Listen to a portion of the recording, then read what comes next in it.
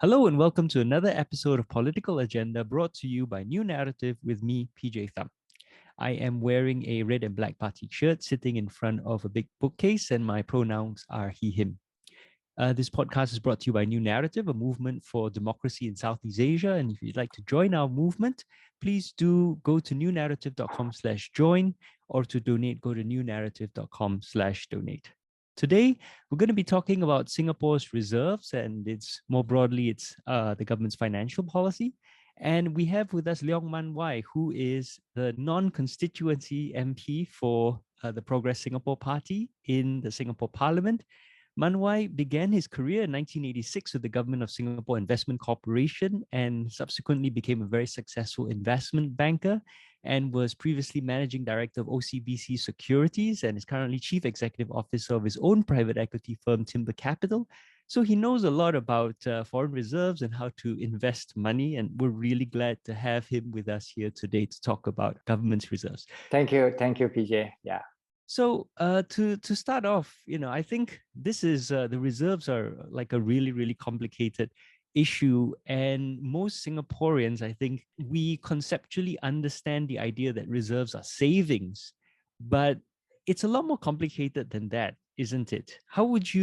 What's some ways in which Singaporeans can easily understand the difference between their savings in the bank and the foreign reserves of our government? Actually, I think essentially it's the same. Only thing is that the reserves is under the management of the government.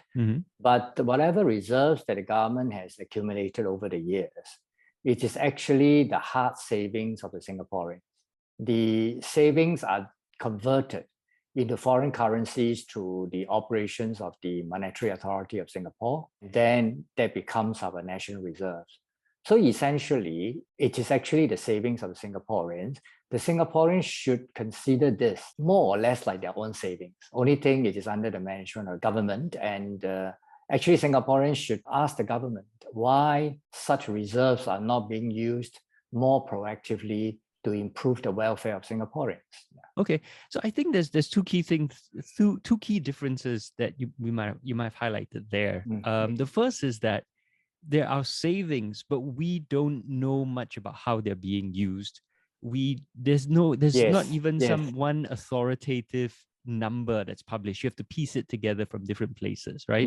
Yes. And that seems to me to be that seems to me to be wrong, because if it's our savings, our money, we wouldn't hand our money over to, say, a bank, and then the bank never tells us, or some sort of investment trust or whatever. A banker is supposed to invest it on our behalf, and then the banker never tells us how they use the money and how much money there is. And then you will sue him. You will sue him. Yeah. And I think the second thing is that when we talk about savings, it's really important to recognize that savings is not an unqualified good thing, in that more savings means better, right? Because by taking money away from what we spend today, it means we are investing less today and putting that money into a bank account where it is not being used, or it generates an interest return, but otherwise isn't being used. So the analogy, I think, would be like saying, okay, I'm going to take all my salary and put it away, and I'm not going to buy things like a bed, for example. I don't need a bed. I can just lie on the floor, right? And yes, you save the money and you get the interest return.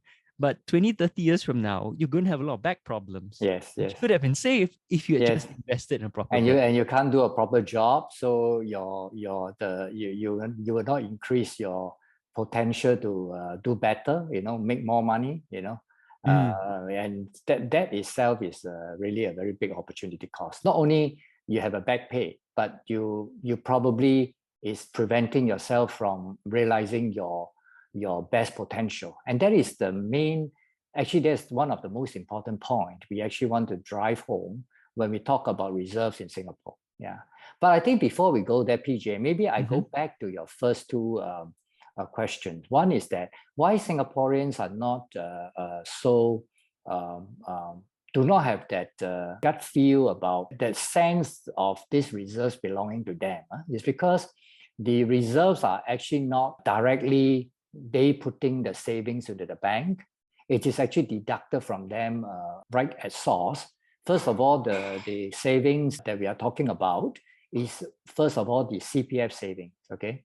So the CPFs are taken away from our salary, from our paycheck every month. And so the Singaporeans take it as something that's already given to the government, but actually it's their savings, okay?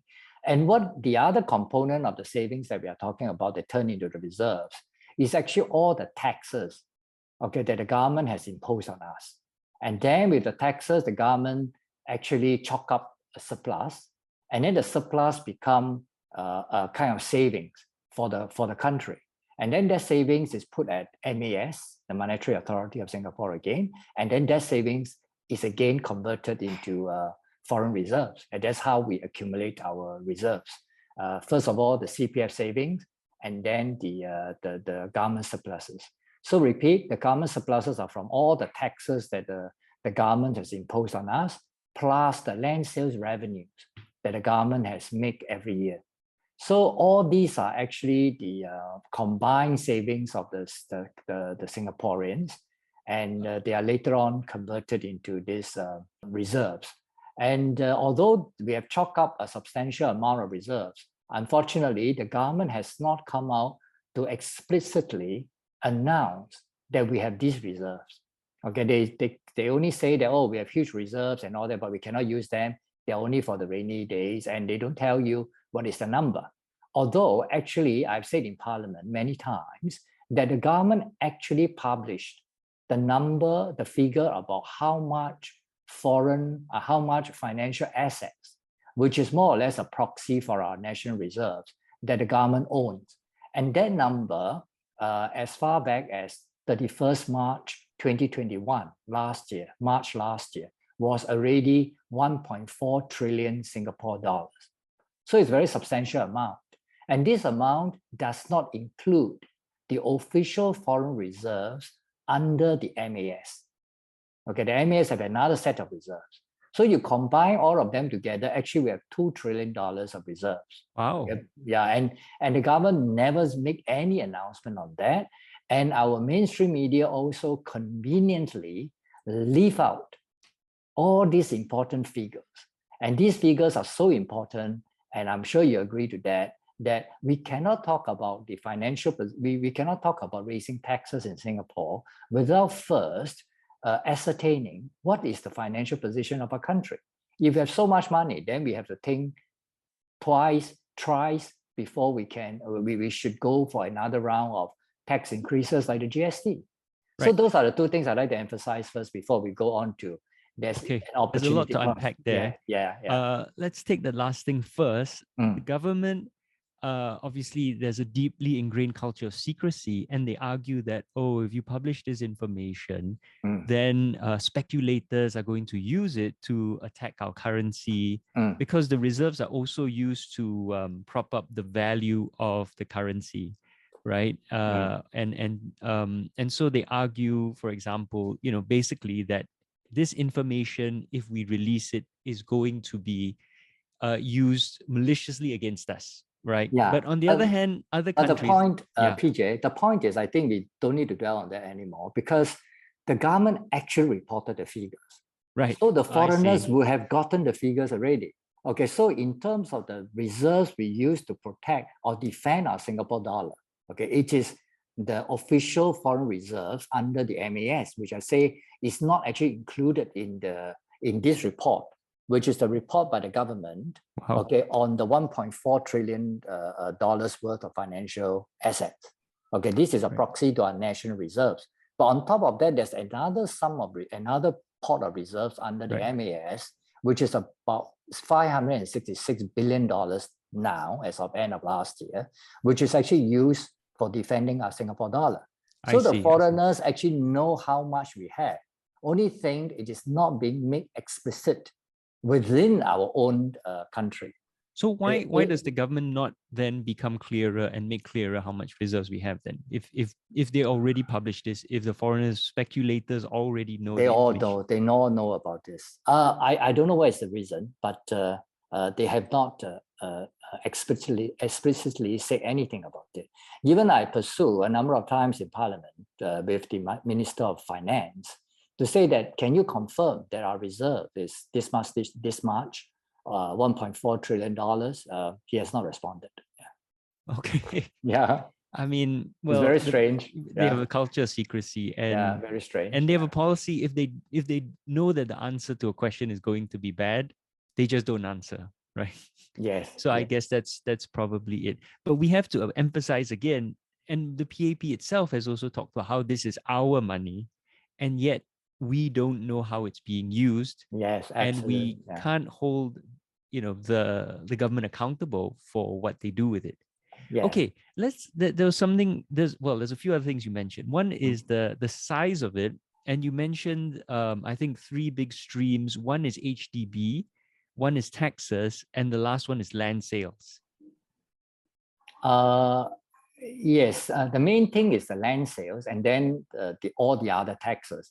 But of course, among the taxes, some of the we call all these indirect taxes. For example, besides the direct taxes, we have huge amount of indirect taxes in the GST, COE, besides GST, COE, in the ERP, in the ABST, the stamp duty, the additional buyer stamp duty, maids levy, huge billions of dollars made from all these are imposed on Singaporeans. Okay, apart from this, there are two very important indirect taxes. So usually people don't really think of these as indirect taxes, depending on whether you are business or economics trained. But actually, it is indirect taxes, and that is the high property prices, okay, and the high healthcare cost. Okay, if you make your healthcare system very profit oriented, the healthcare cost will be pushed up, and when they push up, the Singaporeans will have to pay higher level of healthcare cost, and this in turn become an indirect tax on the Singaporeans again. So in total, the Singaporeans are actually being burdened with many indirect taxes already. Yeah. Right. Yes, I think it's been repeated many times that on and you can correct my language if I'm wrong, sort of a cash flow basis, the government doesn't actually spend anything on healthcare or housing, in that it's basically Singaporeans paying for it ourselves. I'm not sure if I'm characterizing it correctly, but basically the government doesn't spend on sort of or maybe we should just skip this point. I think the government probably, I'm not so sure also, but I think probably from my analysis and my investigation, I think probably the government didn't spend much on housing. Okay, right. Because they got the land very cheap, right, through the Land Acquisition Act and all that. So even though they subsidize some of it, but I mean they subsidize in the initial years, maybe the construction cost and all that. But I think as a whole, probably housing has made a lot of money for the. Okay, let me explain what I mean. Like sort of a net cash flow basis, in that what Singaporeans pay, because you have to pay in advance for your housing, right? Yes. And it's BTO. Yes. So the amount that comes in is already enough to pay for the housing, and the government actually doesn't have to subsidize housing, even though it's supposed to be HDB, for example, is supposed to be subsidized housing, but because the money is paid up front and then in a regular mortgage over the years, it actually doesn't need to pay anything. Plus the fact that, and this is nothing about land sales, because land sales are between 30 and 99-year leases. Every year the government is repossessing land and reselling it again on a lease. So it's a renewable resource for the government. Right, we tend to think of something, you sell it once and that's it, you don't own it anymore. Yes. Like you have a house, you sell it, it's not yours anymore. But for the government, every year land is coming back in that they sell again. Exactly. Right. So between those two, then it seems, especially for healthcare, there is why aren't we spending more if there is so much money coming in? For example, the pandemic seems to have shown that there is a lot of underinvestment in healthcare, right? There's for many years and a lack of investment in hospitals and a lack of hospital beds. And it seems like from our reserves, we could actually spend more in and invest more in creating more of this social welfare infrastructure. Yeah. So Yeah. has the government made clear why they're not investing and they're so rigidly putting all the money into the reserves? Actually, I do not know what is the answer to that. Yeah. Yeah. But for the case of the healthcare, I think probably the government has spent a decent sum on healthcare, for the Singaporeans. But that sum compared to what other government spend in developed countries, probably as a percentage of our GDP is very low. Okay. Yeah. Yeah, because we do not have a national insurance, healthcare insurance scheme, which is paid for by the government. We have our MediShield and all that, but actually all these are paid by Singaporeans as well. Okay, so in terms of healthcare, I think the government did put up a substantial amount of resources, but we do not know why the government didn't put in more resources. And also when they put in more resources, how do they actually price the public healthcare cost? That's another thing, because from the parliamentary question I asked last year in Parliament, the Minister of Health, Mr. Gan Kim Yong at that time, seems to give me the impression. Originally, they didn't even want to answer my question, but later on, Minister Gan stepped forward and answered the question when I asked about what is the cost structure of the public healthcare cost.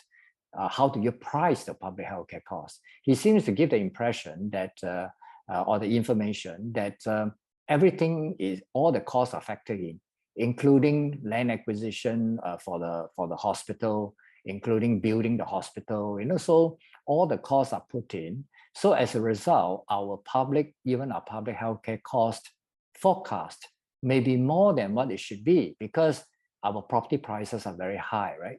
So whether you should actually lump all the costs in when you consider when you're planning for healthcare going forward, I think that's something that we will also pursue in Parliament with the government. Yeah. Right. So this comes back to my earlier point about net cash flow. If we are fundamentally paying collectively for all our current healthcare costs, right, then what is the role of government here? In that, you want to pool the healthcare costs, you want to subsidize it for the most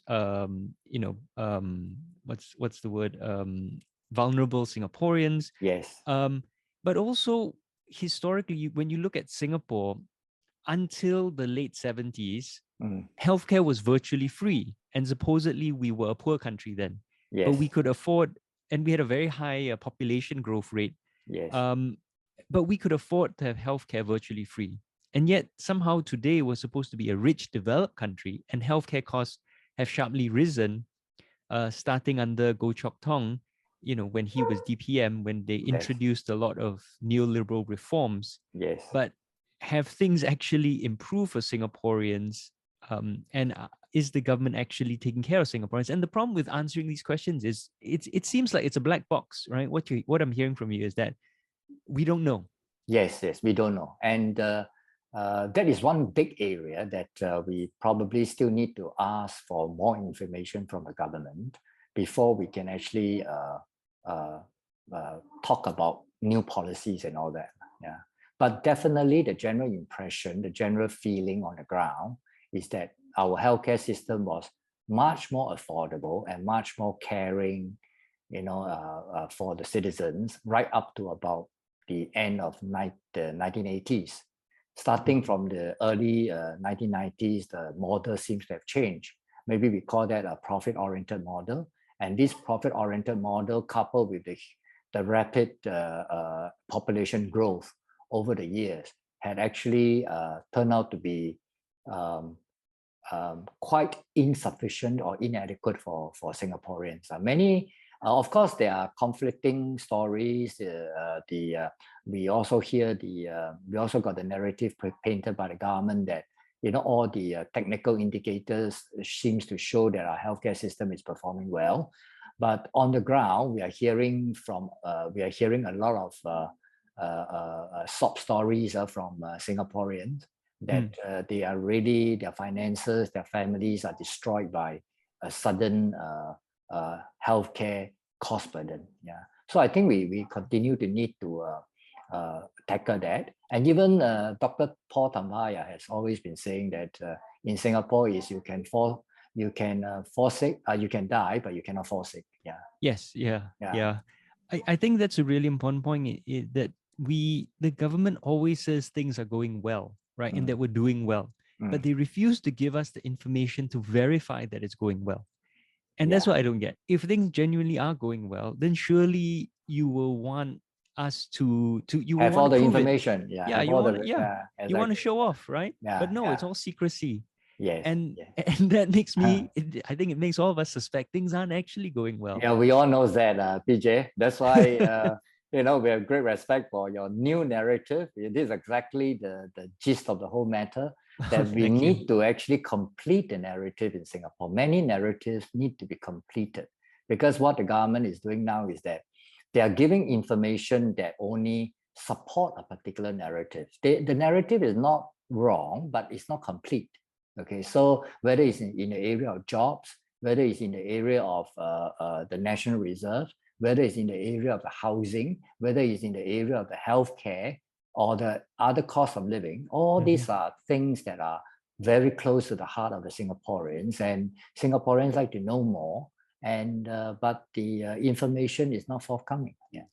Okay, so let's look at some numbers that we do have, and not to anticipate the budget, right? We're recording this 9th February, the budget will be out in just under 2 weeks. Yeah. But what we do know is that there is a planned 2% GST increase, which will increase the Singapore government revenues by about 3 billion Sing dollars. But the Singapore government's own estimate for the last financial year shows that unutilized investment returns is at least 19.56 billion, right? Yes. Because under the constitution, the government can utilize up to 50% of investment returns. Yes.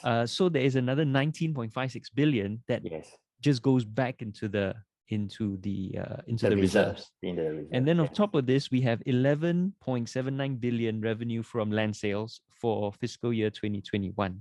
Correct. So that means we have 31.35 billion unutilized government revenue, and they want to raise GST by 2%, which gives 3 billion. Yes. So at a time where Singaporeans are struggling, right? Yeah, incomprehensible, right? Yeah. I mean, they keep saying the savings are for a rainy day. Yes. What is more rainy than the pandemic? Then now. Yeah, exactly. Yeah. So those are the figures that I have also put up in Parliament at various times already. And we hope by now Singaporeans had catch those numbers by now. Okay. So in a nutshell, that we have revenues, but the government is defining or ring-fencing the revenues and say that this cannot be used, that cannot be used, like the 19.6 NRI. The net investment return that's not being used in the budget. They say, oh, we need to keep this for future generation. Then the land sales, they say that, oh, land sales is an asset converted. We sold the asset. So after we sell the assets, we cannot use the money, because when after we sold the assets, then the asset no longer exists, and we have to save this up. Like you say, it's not true, because the asset at most is for 99 years, and 99 years later, the money will come back. So the proper way to account for this is maybe you don't spend the whole sum of money in 1 year. Maybe you spend over 100 years. Huh? But because every year we are selling land assets, so every year that 1/100th of the land sale revenue will be added on to our spending. So in other words, you should be spending your whole land sales revenue. Okay, and it's important to note most industrial land is sold on 30 to 50-year leases, not 99-year leases. So it's actually between 2 and 3.5% actually. Now, so but of course, I think industrial lands are being sold at a much lower price than residential land. Yeah. So it's also my understanding that despite the drawdown for the pandemic, and the government's talked about like a 53 billion, there's a lot of big numbers. But the reserves actually increased even though there was a drawdown.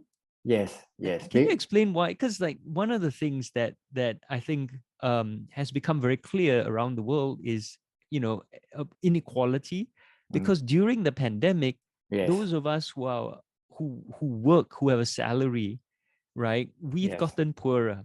Yes. But those in the world who live off capital returns have gotten much richer. Yes, And exactly. I assume sovereign wealth funds, there's an article in The Economist this week that sovereign wealth funds have vastly increased as well during the pandemic. Yes. Can you, as an investment banker, can you, like, in simple language, explain why during a pandemic the rich have gotten richer and sovereign wealth funds have increased? Okay. Basically during this pandemic period, what has been done is that the governments of the world have been pumping more liquidity into the system again. So it's just like the global financial crisis happening again. The central banks are all supplying excess liquidity, we call, into the system, and this liquidity, a lot of the liquidity again went into the asset market. So as a result, it has pushed up the asset market. Okay, and because most of this liquidity are not actually spent, it is it has been channeled into the asset markets. So that's why the stock market, the property markets, everything has gone up. In this case of Singapore, we also have the case of the situation of Hong Kong having riots in 2019. So by 2020, a lot of the money is flowing in from Hong Kong. After some thinking, the more and more Hong Kong people are putting money into Singapore. Plus, while 2020, there was this serious trade friction between US and China, and the outflow from China was a bit more subdued. But in 2021, the flow of the capital out of China increased again. So these two big capital inflow into Singapore has actually pushed up our asset prices in Singapore. In a nutshell, that's the situation. Yeah. And like you say, yes, the pandemic and all these asset prices, asset price inflation has exacerbated this whole income and wealth gap in the world, and including our country. Yeah. Right. Yeah. So I think, okay, thank you. That I actually understood all that. And so it seems like even though the government has spent more, has this big drawdown on the reserves for the pandemic, the reserves still increased. They could have done a lot more to support Singaporeans. Yes. You see, like, for example, a large part of our $100 billion COVID-19 package, right? A large part of it has gone into the corporates instead of directly into the hands of the Singaporeans. If it has gone into the hands of the Singaporean, then the Singaporean will spend the money, right? So, right. But what they've done is that they pump this money, like the biggest sum is the job support scheme. Okay, I think amounting to about $30 billion they just put into the companies. And many of these companies, of course, are owned by rich people, right? The owners of the companies and all that. So actually, this is extra revenues to them, So as a result, all this money ended up in the hands of these people who are, in the first place, do not require the money. Right. So just because, for example, a company has enough money to survive, it doesn't mean that it's paying its salary a fair wage. Yes, the salary remains more or less unchanged, or even sometimes the company may take the opportunity to lower the wages and the salaries of the employees. But right, anyway, during the pandemic, the government is paying the company for all these salaries and wages, right? So this seems to me a fundamental assumption that the government looks at the economy in terms of businesses rather than looking at the economy in terms of individual Singaporeans. Okay, from the point of view of the economy, it is not wrong to actually take care of the businesses. But at the same time, we have to strike the balance between the producers and the consumers, right? So the businesses and the citizens. So you must actually have a better balance. In Singapore, I think probably the balance can be better and towards the citizens. Yeah. Yeah, I mean, it seems to me that it's way too overbalanced in terms of businesses. Yes. Yeah. And also the big businesses, now the minimum global corporate tax is going to come in. And according to some reports, there are 1,800 big corporations in Singapore that are paying taxes. They are way below 15%. Oh, wow. 15%, not even 17%, which is already very low. So now the OECD countries have agreed that, we fix a minimum of 15% for the corporates to pay taxes. So if they pay less than 15% in Singapore, then they will have to pay in their home country or somewhere. Okay, so as a result, there's an opportunity for us to actually increase our corporate tax revenue, because all these companies will have to relook at their taxes. But I do not know how the Singapore government would respond to that.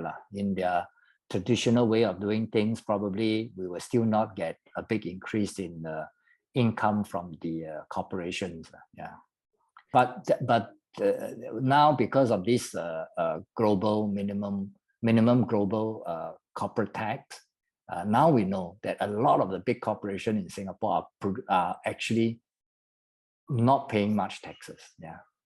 And I mean, this is problematic, because if they're not paying much taxes, but then you're pumping all this money in to support them, yes. where does the money go, and how does it help ordinary Singaporeans? Yes, which is your point at the beginning, that our reserve is so huge now. Singaporeans actually have to worry about how the reserves are being used. Yeah, because there's also not a lot of transparency in exactly how the reserves are being used. Like, we've asked a few times in Parliament about the detailed breakdown of the $100 billion COVID package. But other than a few big numbers, they didn't, the government till date have not produced a detailed report. This is $100 billion, which is equivalent to 1 year budget. In fact, more than a 1 year budget. So by right, in our opinion, they should actually publish details like what they have published for every budget. How did you spend $100 billion? Yeah, that seems perfectly reasonable. It's our money, as they keep saying. So yes. Yeah. Okay, so let me ask you some questions, maybe pin you down, both as an investment banker and as a politician, right? We know, for example, the investment returns. Okay, and we should make again clear that no one's even discussing spend the principal. We're just talking about spending the returns. Yes, spending and constitutionally, the government has to put 50% of the returns back into the reserves so that it grows. Yes. And spend 50%. Yes. Right. But of course, they've changed the constitution so many times. An average of once a year. They can change it anytime. Yes. Yeah. So that's not an obstacle. But then of the how much did we say again? 19.6 billion. 19 point. I can't even imagine that amount of money. Yeah. Only 10% is actually spent on social welfare, education, and healthcare. Right. The rest are spent allocated to statutory and trust funds. Is that right? That are disbursed over a longer period of time? Okay. You see, we have the 19.6 billion is actually the amount allocated to the budget, okay, which is under an item called net investment return contribution. And that is supposed to be 50% of the total net investment return earned by our reserves. So by definition, our total return, the total net investment return earned by the reserve should be double that. So it's around 40 billion. So 39.2 billion. Yeah. Right. So so half of that 19.6 is being supposed to be used in the budget. But we have spoken much about 19.6 billion is still plowed back into the reserves. So then the next thing to consider is, did the government actually use this 19.6 net investment return contribution fully in the current year spending? Actually, they didn't too. Okay, they plow back again. They put the money back into some funds, and then these funds get this, and then disperse every year from this fund, much smaller amounts over many, many years. So for example, like our Pioneer Generation Fund, they put, I think, as much as $9 billion into the fund already. But every year they spend maybe about $300 million. And then the $300 million is more or less equivalent to the amount of investment return they get from the $9 billion. So they are not spending the principal, they're only spending the interest.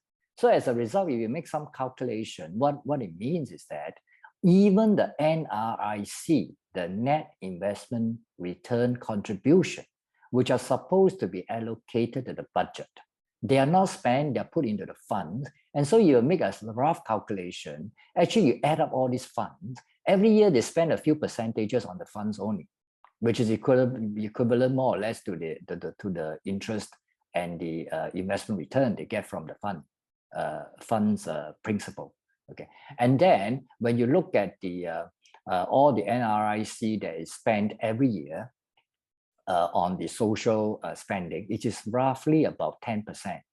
Okay, which means that if 19.6 billion is being allocated for the year, they probably spend about $2 billion on social spending, and then the other 17 billion is being used for other purposes. Yeah, and of course, as I've argued before, some of these like the Merdeka generation, Pioneer generation, these are also very political, right? Because you're essentially, I would argue, bribing older voters.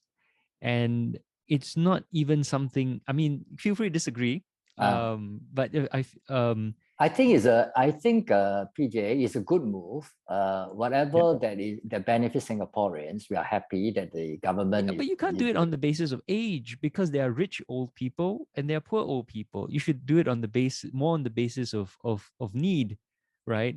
And I feel that it's very discriminatory to cut off randomly. If you're born before 1950, you get all these. If you're born January 1950, suddenly you don't get. So like I think there are far better ways of simply arbitrarily saying, oh, 5 year, anyone born before this date gets a lot of money, and anyone, you should at least look at it on the basis of need. But ultimately, I also argue, how do you measure need, right? And it's better to look at universal basic income for one thing, because ultimately it's very hard for a government to judge what you need or don't need, and we are the ones who should be deciding how to spend our own money. So if the government wants us to, wants to give us a helping hand, just give us the money directly, or not even, don't tax us, leave the money in our pockets, we decide how to spend it. Because all this, like, Merdeka generation packages and all that, I'm just very suspicious. I feel like it's a legal way of vote buying, right? Shows up like 1 to 2 years before the election, Okay, I won't go that far, but but I do agree with you. In principle, we should leave more money in the pockets of Singaporeans. We have already chalked up so large reserves, and we have so many sources of funds. There's no need to continue to extract more and more cash from the Singaporeans. Okay, we ought to go slow on that. As for the Pioneer funds and the Merdeka funds, they are good for to help a certain group of Singaporeans. Although I think there's your point of being not fair to those who are being left out is true. But I think more importantly is that even the Pioneer fund and the Merdeka fund, not enough is being used on the Singaporeans or the Merdekas and the Pioneer Singaporeans who really need it. Okay, the average Singaporeans, they will probably benefit if they do not have a special situation, But we have come across many situations whereby when they have a real need, like for example, they have a sickness that is very unique to that particular individual. Suddenly, he may not be covered, and so like for example, some people may want a certain kind of drugs, like cancer drugs and all that, but even for the Pioneer generation, not all the cancer drugs are being covered. So while you say you have covered them, but actually it is a very general cover, and definitely we found a lot of cases whereby even the Pioneer and the Merdeka generations, they are not being properly taken care of. If they're being properly taken care of, then I think it would actually relieve a lot of the financial pressures on the younger Singaporeans. Because if not, the younger Singaporeans will have to pay for the parents, right? So actually, I hope, that whatever reasons the government has put up the funds, I think they serve a purpose. And what I hope is that the funds, more of the funds are being applied to help the pioneer and the medical generation Singaporeans. Yeah. Right. Yeah. And I think also if I can build on what you're saying, this sort of high level of I don't know if taxation is the right word, but taking so much money out of the pockets of Singaporeans today, putting it in our reserves, is essentially you are taking money from the Singaporeans of today to give to a hypothetical Singaporean in the future. But that assumes, of course, that you will spend it on a hypothetical Singaporean in the future. Yes. But the big problem is Singaporeans of today are suffering. Yes. Right? Between the pandemic, between high cost of living, between all these the high cost of housing, healthcare, transport, of living in Singapore, and also the climate crisis. I think a lot of young Singaporeans are extremely cynical because they see that the planet literally may not exist in 100 years, but the government is not doing anything to mitigate carbon production, global heating, the climate crisis, when it could actually use some of this hard-earned money to mitigate not just mitigate, but take us away from a carbon-based economy towards something very different. So what is this? It comes back to the question, what is this money used for? There's no accountability. We don't know. These are very deeply political decisions the government's making with no oversight whatsoever. And all we can do is complain, but they won't do anything. But let me ask you then, how would the PSP spend this money? What are your recommendations for how to use the reserves? First of all, I think we will be proposing, we would like to change the way the system that you have just described, meaning we will take less from the Singaporeans. Okay, we will actually think of ways to reduce the burden of the Singaporeans first. So by reducing the burden on the Singaporeans also have to realize that the accumulation of the reserves will slow down, right? Because the government surpluses will be reduced, right? Because we can reduce, for example, all the cost of living, like for example, the public services, whether it's public transport, whether it's electricity, whether it's utilities, and all these, right? So we can also give more subsidies to public housing, and definitely the most important thing is, I think we should have a universal healthcare system, but of course with a co-payment element. So the Singaporeans will need to be responsible when they make use of healthcare. But I think currently our healthcare system is not universal enough. Many people who really need the healthcare services, they have to pay a very high price for it, and that is causing a lot of financial problems to families. But okay, give me a bit more detail. 19.56 billion. How much of it would you spend on healthcare? How much of it would you spend to subsidize, say, education or something like, or investment in our future? Do you have like specific sums or percentages? We have not looked at the specific sums yet, because actually we are trying to get the actuarial assumptions of the healthcare cost forecast going forward. So we hope that the government will be releasing some data soon. But there are also other things that we need to ascertain before we can come up with concrete policies. So, but we are fairly confident that we have the whole net investment return of 40 billion, plus the 10 over billion from land sales and other surpluses. We have enough going forward to actually change the way we spend the money on the people.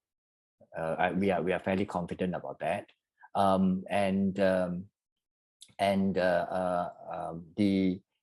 in terms of the housing and all this, we also need to look at, also have to consider what kind of, because what I'm trying to say is that I cannot give you the answer now, because a lot of things in Singapore today, actually there should be a paradigm change. Okay, like for example, healthcare, I'm talking about universal healthcare, right? Yeah. So when you talk about universal healthcare, I would suspect that every year, but before we go into universal healthcare, there is also another question about, can we change the operational model of healthcare in Singapore, right? Okay. So you factor in property prices, and you allow the property prices and the commercial consideration to continue to push up our healthcare costs. Then probably every year, I think we need to pump a couple of $1 billion, into healthcare. And so if that is necessary, then of course, maybe even the $50 billion in 20 years' time will be used up. Okay, meaning every year you have to incur that amount, right? And the amount is increasing. Yeah.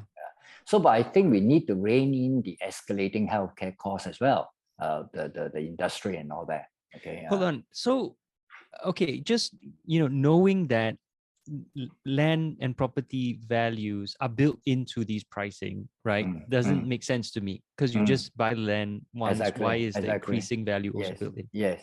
Right. But again, this is Singapore. The government can control the price of land. So why doesn't it simply keep the price of land down then? You see what I'm saying? Because the government can. Okay, I think in the case by far the biggest owner of land in Singapore, and it can simply legislate the price of land. So why does it keep saying, "Oh, the cost of land is increased"? The government can set the price of land. Yeah, but then in the same way, like we allocate cheap land for industrial use, we can also allocate cheap land for healthcare use. You see, right?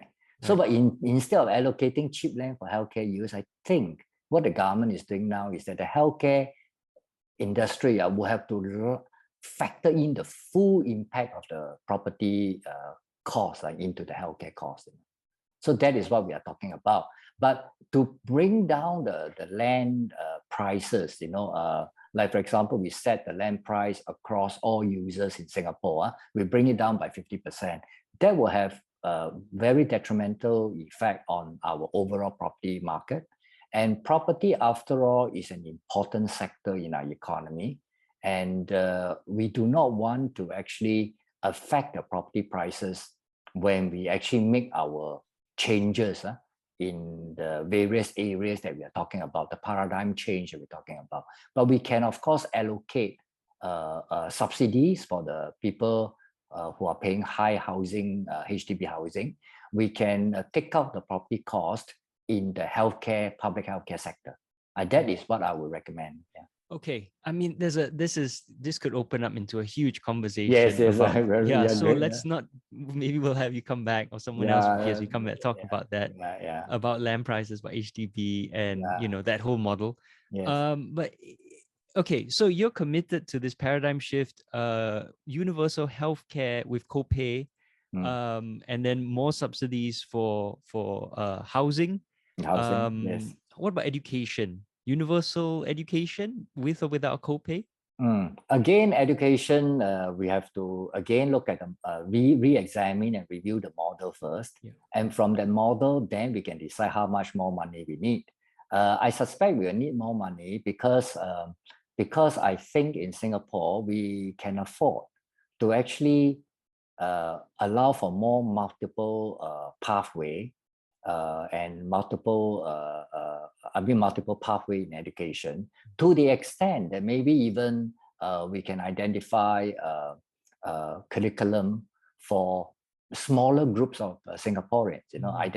This group of Singaporeans are very good at mathematics, for example, we cultivate them differently. Those who are not so good at mathematics, we have another curriculum for them, but we make sure that in the future, when they catch up, and then they become very good, because people develop at different pace, right? Yeah. So when they develop at a different pace, and when they caught up, we actually let them go into another pathway, Okay. So in other words, I think what we are looking at is a very customized, tailor-made education and training program for Singaporeans. And but we need to look at the whole model first. As I say, a lot of things are paradigm shift. Yeah. In fact, I think you will agree that the education system in the world today is actually all breaking down in every country. The rich are increasingly customizing certain education, customizing the education for their children. But for the poor, they are actually in an education system that has already broken down, and the education system that's already not relevant for the world today. Because the education system, by and large, today, the former one that the governments in the world are still pursuing, is actually the same system brought in by the Germans and the Europeans in the late 19th century, right? Or right, yeah. 19th century. It's fundamentally derived from the Industrial Revolution. Exactly. And so the whole thing is supposed to be for teaching people to become the nuts and bolts of the industrial machinery, And but I today, think in Singapore also, it's even more broken down because outcomes are heavily tied to how much tuition you have. Yeah. And so it's the rich who overwhelmingly can afford more time, more tuition for their kids. Yeah. Right. And so, like, basically, resources will allow the kid to perform better. We're running out of time, but I Yes. just wanted to bring up the Monetary Authority of Singapore Amendment Bill. Yes. And you gave a speech in there where you were very cautious about those amendments. Can you briefly tell us, in simple language, why you're so concerned about the amendment to that bill? Okay, we are not so concerned at this moment, but we are concerned that it is a major departure from how we operate monetary policy in Singapore. It is a major departure, but right now I don't think we have so much. But what's the change that's proposed? Okay, the change is that in the past and now it still continues that the MAS are not supposed to buy bonds or government securities directly from the government. Okay, because this is a standard practice in many countries as well. But of course, during the QE time, all these rules were taken away. So the government the government issued the securities to the central bank, and the central bank paid the money to the government, and the government used that for spending. So this is what we call deficit financing, and this is what we call QE. Okay, so there's a rule in Singapore, the Monetary Authority Act, the MAS Act, that prevents that. There's Section 25(3). But in the new amendments in the January sitting, what the government did and what the parliament has passed is that government asked for it and the parliament passed is the bill that amend the definition of the government securities by saying that there's a new kind of government securities, which is called the Reserve Management Government Securities, RMGS, used specifically for the purposes of accumulating reserve. This is exempt from Section 25(3). In other words, the Monetary Authority of Singapore can accept the RMGS from the government and then can give assets to the government in return. So in other words, the government just issue an IOU and the government is able to take the assets from MAS. And this is a big problem because in the past, potentially a big problem, because in the past, the government cannot take the assets from the MAS unless the government has the cash, which is called government deposits with MAS, to pay for the assets. And these government deposits are actually the excess savings that we're talking about, the CPF saving, the surpluses and all that. So because we have all these surpluses already in the economy and they are not used for investment, and the government actually convert this into national reserves, foreign assets, is good because GIC will be able to generate a return for us. Okay, so we are basically turning our excess savings into some form of investment. But with the RMGS, we do not need the excess savings, and the government can continue to accumulate assets. So when they accumulate assets like that, what does it mean? It means that the MAS will need to issue Singapore dollars, increase the supply of Singapore dollars to accumulate the assets for the government. Okay, so you're no longer using your existing cash or government deposits to buy the assets anymore. You are saying that I just give you an IOU, you MAS, go and accumulate the reserves for me. And because the MAS have to issue more Singapore dollar, that potentially can be very inflationary for our economy. And that is, of course, harmful for our economy. So that is something that I'm concerned about. In the longer term, but as I said now, I don't see the government doing that at the moment. Is there a cap on the amount of IOUs that can be issued? Yes, at the moment, the last parliament, we have approved 580 billion Singapore dollars. That is a huge amount, you know. I also make that point in the parliament. I say I'm prepared to give you the flexibility, but maybe you should think of an annual limit.Maybe say 50 billion, you know, every year, you know, instead of having a big limit of 580 billion. And if you're going to accumulate 100, 200 billion dollars a year, then there's a big amount. And that is going to be very inflationary for the economy. Yeah.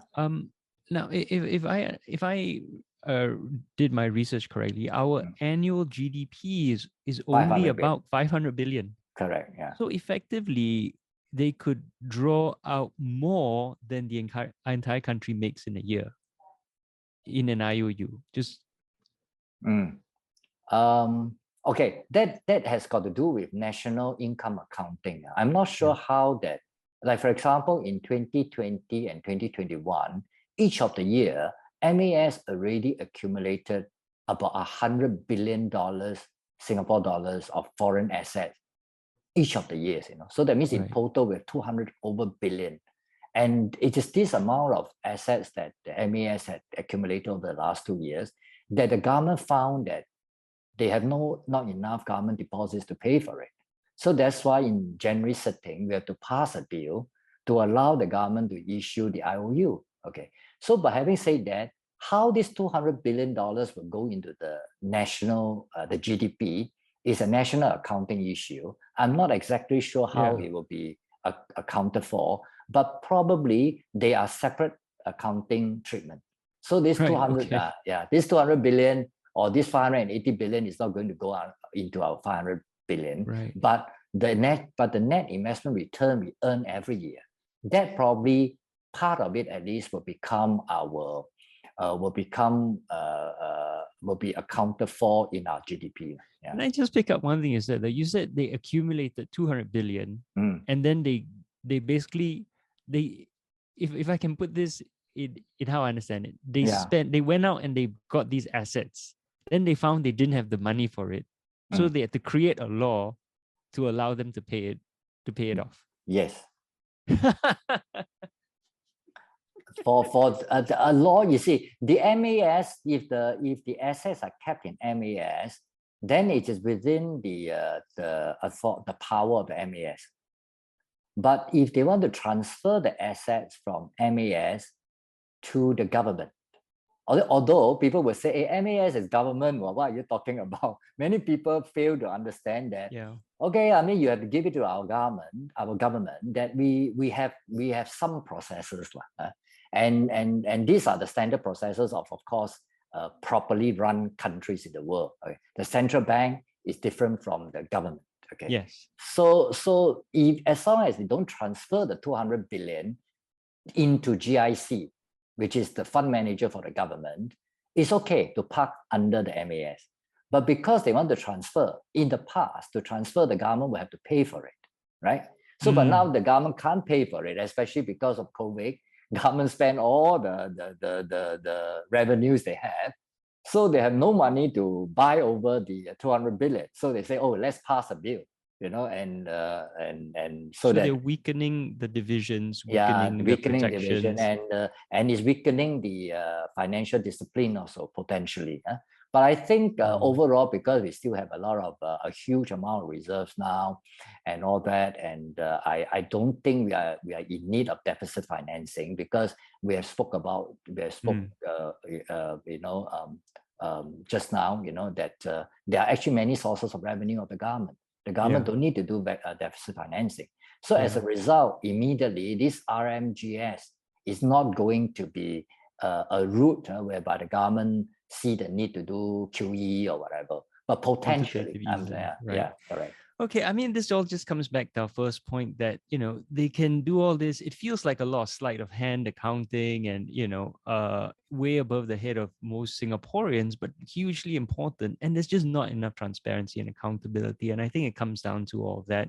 The government can do a lot of things, but it should be accountable and transparent. First of all, the government should come out openly to say that, yes, every year we are reporting this $1.4 trillion. Next year, it's going to increase to $1.6 trillion because of this $200 billion. Whenever the figure is being published, I think the government and the mainstream media should actually announce this to the Singaporean. Okay. Oh. Then after that, with that as a first step, then slowly we talk about how the reserves are being accumulated, the whole mechanism that I spoke about in my speech in Parliament, how is it being managed, and then how is it being used. All this information should be made available to the Singaporeans. And the Singaporeans ought to understand all this, because that is the finances that's owned by, there's the money that's owned by all of us. It's our money, yes. Our money, yes. Right. Okay, we're out of time, but thank you so much, Mun Wai, for coming on the show. Thank you, PJ. My really pleasure. Helpful. You've really explained a lot of things, and I think we've really enjoyed having you on. So thank you very much, and good luck for the next sitting of Parliament, which we'll have the budget. So I hope to hear more speeches from you then. Thank you. So thank you to you. Thank you to our audience, as always, for tuning in to Political Agenda. And if you'd like to support New Narrative and join our movement for democracy in Southeast Asia, please do go to newnarrative.com/join. Or if you'd like to donate, go to newnarrative.com/donate. Thank you very much, and see you next time. Bye. Thanks for watching. If you'd like to learn more about New Narrative, please check out this playlist up here. And if you'd like to watch episodes of Political Agenda, please check out this playlist down here. Thank you very much, and please help keep New Narrative sustainable and independent by joining as a member at newnarrative.com/join. Thank you.